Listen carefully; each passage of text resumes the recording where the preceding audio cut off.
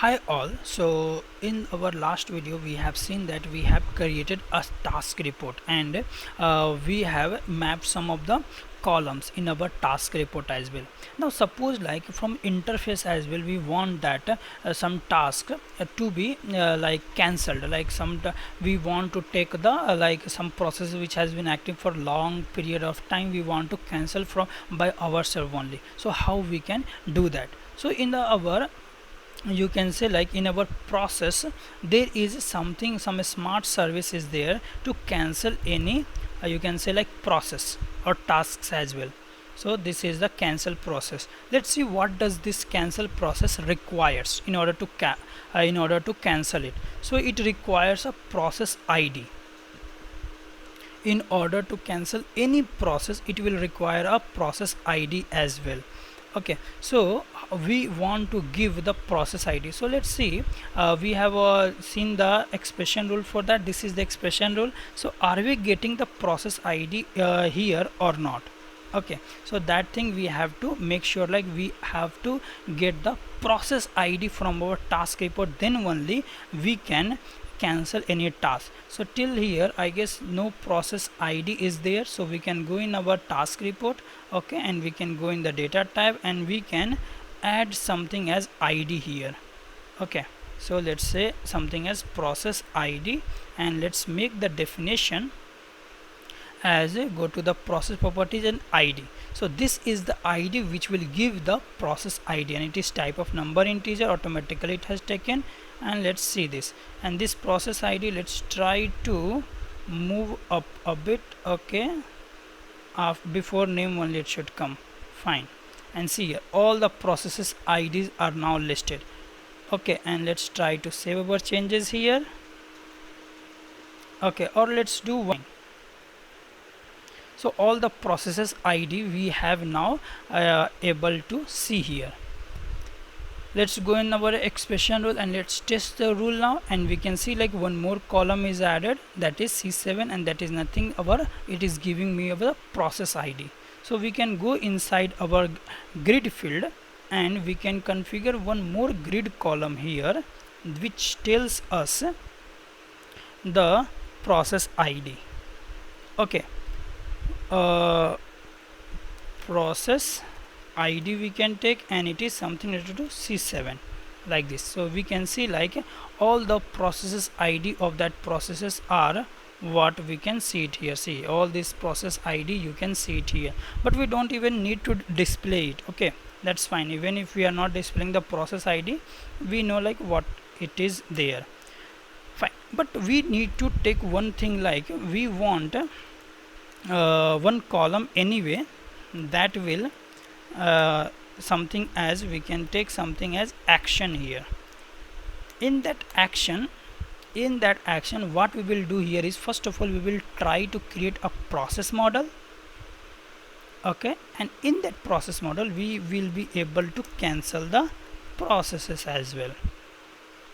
Okay, so we have created a process model here, and with the help of this process model we can easily cancel any process. So let's see how we can do it. So we have to just search the cancel smart service. Yes, this will require a process. And what does it require? It requires a process ID which should be of number integer.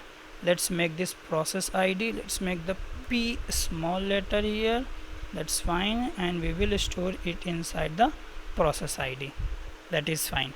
Once it is inside the process ID, we will try to pass the process ID from our UI. So in our interface what we will do here is, now here we want to take a kind of link, you can say. Okay, in the value part, so what we will do here is we can take something as a rich text, so that like we can also display some icons as well in the value. Okay, and here we will take something as rich text, let's say something as icon here, and in that icon we will take something as times. Fine, so you can see something like this is there. Okay, or okay, and we can take the color, okay, as some kind of destructive. Fine, Oh, destructive doesn't work. Sorry. Yeah, it's fine. No, if it some label doesn't work, like if you are using the basic label that is given by Appian itself, then it is fine. We can use this color as well. It's not a hex color, so fine it is. So you can see like this.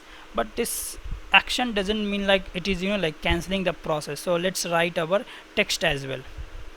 Okay, so we can just give something as rich text. Sorry, rich text item, and we will just specify here something as cancel process. Is it fine now? Both things are looking like like this. A bit of a space we need there, so we can use for a bit of a space we can use char 9 there, and then fine. So it is okay, it is too much space it is giving, so let's just give a bit of simple space only. Cancel the process, and now we want to make it a link. Okay, and in that link we want like what kind of link it needs to be. That is very important. So first of all, let's try to see what all links we have available here. So you can see a lot of links are there, like a dynamic link, news entry, process task link, record, report, start process link. So start process is also kind of link we can use here. So start process link. Great. Now what does the start process link requires? So it requires label. We don't need to give the label, that is fine. Now it requires like for which process model. Okay, so it needs that which process model this link should start. So we have already a process model, that is this one. So either two things we can do. What we can do here is we can create a constant of this process model. Okay, just like the usual way we used to do it. Okay, go back here and just write here cancel process, and then after that we can take here process model, and here we can write ys cancel process. This is one way of doing it. Or if we don't want to do, if we have some constant prepared not for the process model, we can also go inside the process, and you can see here there is a process model ID as well. This thing we rarely use, but fine, if we can be safe from creating the constant for that. But this also works, it is also correct. Process model is there. Now process parameters. Process model only it has taken. Process parameter, what process parameters we need to give it?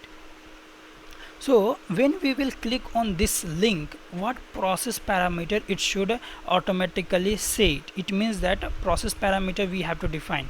So whatever the process variable that we have created in this process, that will only we need to first of all we need to parameterize it, obviously, because otherwise like without parameter it won't be able to get the value from outside the process.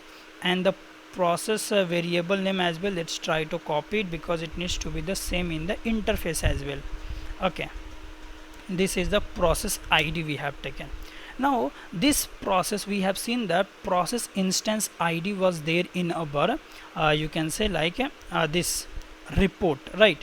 So automatically this report was there, and this process ID, and where was this process ID stored, at what column? C7. So whenever we click on any row here, the value that should go there is nothing but fvbang, okay, fvbang row dot c7. Automatically it should take the process ID like this. Okay, and let's say okay, this is about the process. Do we have any other things here? Banner messages. Okay, so let's try to write something as banner message. Okay, process cancel, something like this. Fine. And now we can able to easily start our processes as well. So this is the link that we have just taken there. We process model, okay, start process link and all we have taken, and link style, let's make it kind of you can say like stand alone. Okay, so now it will show something like this. Now let's save our changes and we are ready to test our process. First of all, we want to cancel this process only. It's active from lot of time, again from 24 September 2022. So let's try to cancel it. Okay, let's click on cancel, and once we have cancelled the process, see one action is completed here, that's fine.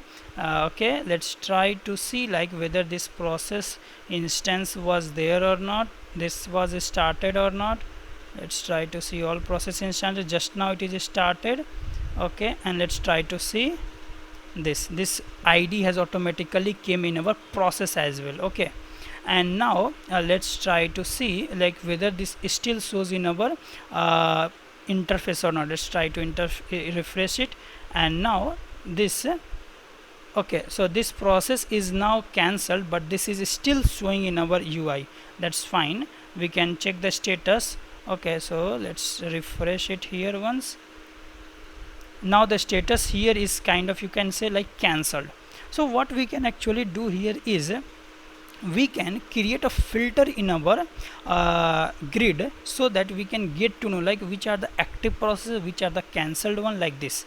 Okay, so we will go back to our expression rule, and we will create some filters there, so that it is easy to recognize those filter values. So we will try to create some filter here. Okay, query filter, fine, and field, which field, so what should be our field? So our field name is nothing but which is giving us the status actually, name. Okay, let's try to just comment it out for the time being. Okay, let's see, I guess C1 is the one which is giving us the status. So C3 means I guess it is cancelled. Let's try to set here. So C3 is the field which gives us the status, and the value should be equal to, okay, sorry, not the value, operator is equal to, and what is the value that we need? The value, it will be provided with the help of interface. Okay, so in the status we can pass it here, and it will be number integer, fine, and it is rule input status. So currently we have not specified any status, so let's see what does it. It is giving us an error, so we can write apply when as well, when it is not null or empty. So this will only be applied when the status is not null or empty. Now let's test all the data, we will get it here, fine. So now we will try to create a drop down in our grid here, so that we can know like which are now active tasks, which are the cancelled one, like this. So let's try to take a drop down field here somewhere in this card. Okay, and we will put it inside column, so that it looks a bit fine. Now let's go inside our grid field, and here we will state. Okay, so here we are creating a filter of our own, that is nothing but the status. Okay, so what status we want to keep, that is now also a question. Okay, first of all we want something as active, then we want something as in progress. Okay, in progress, and something which is cancelled. Okay, so for active, what is the choice value? Let's see which process is active as of now. Multiple node instances is active. So multiple node active, it means I guess it is 0. So not I guess, it is 0. Okay, so this one active only, we will take it. Okay, and here we can take something as completed instead of, in progress. Active means the same thing. Okay, fine, and after that some other status are so completed is like this. So let's try to save our data here, and let's see our process. So it was not, sorry, it was I guess C1 status, fine. So C1 is what? C1 is I guess 5. So 5 status means completed, and now we will see something as cancelled is nothing but third status. Yes, and now we will try to map our values as well. So you can see here we will save this data into the value as we haven't defined any. Let's define local bank status. Okay, and here we will define the same value, local bank status, and then we will try to save into the status as well. Okay, and this should be defined before the report so that we can refer the same variable here.